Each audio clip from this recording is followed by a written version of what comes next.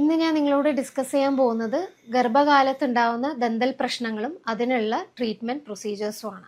ഗർഭസ്ഥ അവസ്ഥയിൽ മിക്ക ഗർഭിണികൾക്കും ഉണ്ടാവുന്ന ഒരു സംശയമാണ് പല്ലിന് വേദന എടുക്കുമ്പോൾ അല്ലെങ്കിൽ മോണരോഗ പ്രശ്നങ്ങൾ എന്തെങ്കിലും ഉണ്ടാവുമ്പോൾ ചികിത്സ തേടണോ എന്നുള്ളത്. ശരിക്കും ചികിത്സ വളരെയധികം ആവശ്യമുള്ള ഒരു സമയമാണ് ഈ ഗർഭാവസ്ഥ എന്നുള്ളത്. കാരണം നമ്മളുടെ ഗർഭാവസ്ഥയുള്ള സമയത്ത് ഹോർമോണൽ വേരിയേഷൻസ് ഉണ്ടാവുകയും നമ്മളുടെ മോണയിലുള്ള രക്തോട്ടം കൂടുകയും ചെയ്യുന്നു.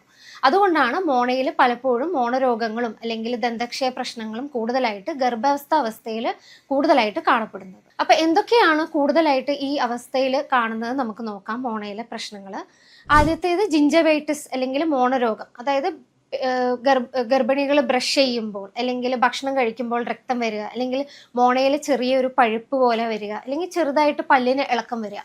അപ്പം ഇത് ഗർഭസ്ഥാവസ്ഥയിൽ ഒരു 70 തൊട്ട് 100% വരെയുള്ള ഗർഭിണികൾക്ക് ഉണ്ടാവാനുള്ള ചാൻസ് കൂടുതലാണ്. അതുപോലെ തന്നെ ഒരു ചെറിയ കുമിള പോലെ മോണയിൽ വരും. അതിനാണ് നമ്മൾ പ്രഗ്നൻസി ട്യൂമർ അല്ലെങ്കിൽ പ്രഗ്നൻസി ഇപ്പുളിസ് എന്ന് പറയുന്നത്. അത് 3-ാം മാസത്തിലാണ് മിക്ക ഗർഭിണികളിലും കാണപ്പെടുന്നത്. അത് 5% മുതൽ 9% വരെയുള്ള ഗർഭിണികൾക്ക് എല്ലാവർക്കും കാണുന്നുണ്ട്. അപ്പോൾ അത് ചികിത്സിച്ച് ഭേദമാക്കേണ്ട ആവശ്യമില്ല. കാരണം അത് ഗർഭാവസ്ഥ അതായത് ഡെലിവറി കഴിയുന്നതോടുകൂടി തന്നെ ആ ഒരു പ്രശ്നം മാറും. അതല്ല, ചിലവർക്ക് അത് വളരെ ബുദ്ധിമുട്ടുണ്ടാക്കുന്നുണ്ട്, ബ്ലീഡിങ് കൂടുതലായിട്ടാക്കുന്നുണ്ട്, ഭക്ഷണം കഴിക്കാൻ ബുദ്ധിമുട്ടുണ്ട്, സംസാരിക്കാൻ ബുദ്ധിമുട്ടുന്നുണ്ടെങ്കിൽ നമ്മൾ ഡെന്റൽ ചികിത്സ തേടേണ്ടത് അത്യാവശ്യമാണ്. ഗർഭാവസ്ഥയിൽ ദന്തക്ഷയം അല്ലെങ്കിൽ പല്ലിന് കേടുണ്ടെങ്കിൽ അത് നമുക്ക് ഫില്ലിംഗ് ചെയ്യണം, അല്ലെങ്കിൽ RCT എന്തെങ്കിലും ചെയ്യണമെങ്കിൽ അതും ചെയ്യാം. പക്ഷെ ഇതൊക്കെ ചെയ്യണമെങ്കിൽ അതിൻ്റെതായ ഒരു സമയമുണ്ട്. നമ്മൾ എല്ലാ മാസവും നമ്മൾ അതിനുള്ള ചികിത്സ ചെയ്യില്ല. നമ്മൾ ഗർഭാവസ്ഥ 9 മാസം എന്നുള്ളത് നമ്മൾ 3 തരമായിട്ടാണ് വേർതിരിച്ചിരിക്കുന്നത്. First trimester, second trimester, third trimester. First ട്രൈമിസ്റ്ററിൽ നമ്മൾ കഴിവതും ചികിത്സ ഒഴിവാക്കും. കാരണം ആ സമയത്താണ് കുട്ടിയുടെ അതായത് ഗർഭസ്ഥ ശിശുവിൻ്റെ വളർച്ച കൂടുതലായിട്ട് കാണപ്പെടുന്നത്, അവയവങ്ങൾ ഉണ്ടാവുന്ന സമയമാണ്.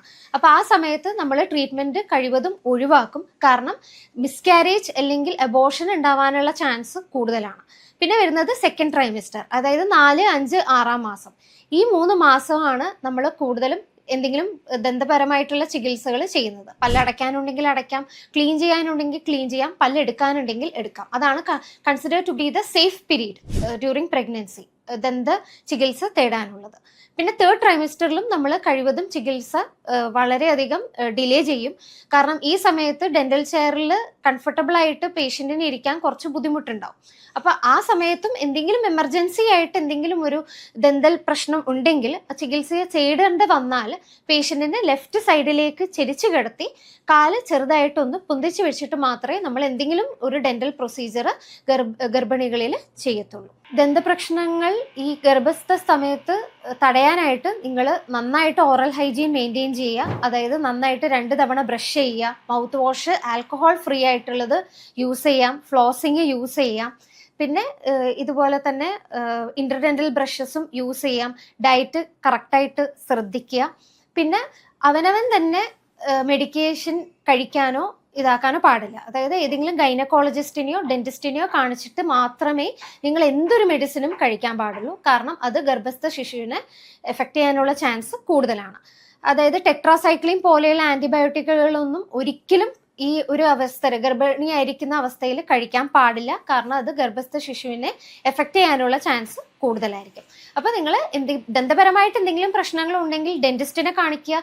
പല്ലെടുക്കണം എന്നുള്ളൊരു അവസ്ഥയിലാണെന്നുണ്ടെങ്കിൽ ഗൈനക്കോളജിസ്റ്റിനെ കാണിച്ചിട്ട് അവരുടെ കൺസെൻറ്റ് മേടിച്ചിട്ട് മാത്രം ഡെന്റലിനെ കൺസൾട്ട് ചെയ്ത് പല്ലെടുക്കാനോ ക്ലീൻ ചെയ്യാനോ അല്ലെങ്കിൽ പല്ലടയ്ക്കാനോ ഉണ്ടെങ്കിൽ ഡെന്റിസ്റ്റിൻ്റെ അടുത്ത് പോയിട്ട് ഇതൊക്കെ ചെയ്യുക.